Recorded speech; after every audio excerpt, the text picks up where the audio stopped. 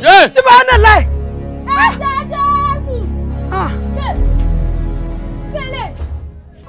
Sàwámà ni. Ẹyin bóyá kọ́ bá wọ́ ọmọ ẹ̀kọ́ jẹ́. Akọ̀dà ọ̀rẹ́ bọ́ wájú sọ́ọ̀bù ń bí ń gbé kílé léyìí.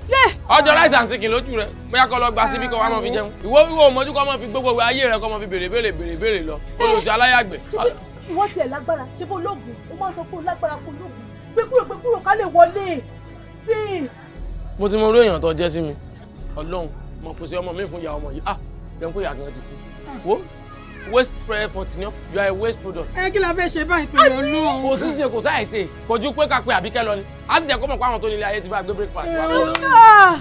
Ọ̀tẹ̀ yìí lè tẹ wá ń gbọ̀n bí pẹ́pẹ́ yẹn tó kó sómi. Ọlọ́run ò ní jẹ́ èmi ò fi gbọ̀fẹ́ bọ̀ àṣẹ ni máa ń pánìkì àwọn tó ń fọ́ lélẹ́ yẹmi ọ̀fọ́ rárá ó yẹ kí n ti gbé pa fún àbí kí n ti yújú ẹ̀dẹ́lẹ̀ kí n fọ́ pàkà. A kò dé ó yá wá gbé. Wọ́n kàn fi ọ̀rọ̀ fífọ́ nǹkan ra mi lé ní ilé súnmẹ́bọ̀ ẹ̀bọ tí èsì mi mo pìpìà sọ́jí ó gì ní àbọ̀jẹ́ bà tí mo rù lórí iná. Ó ti dáa. Gbogbo ẹbọ tí wọ́n bá gbé ti Olúwéré ara lolúwéré fi ń san. Èpà ìyá yín gbé ikú pa yín. Ẹ̀yin ará ọjà yóò ẹ kú ìgbàlejò Àbíkẹ́ ọmọ Iyalaje.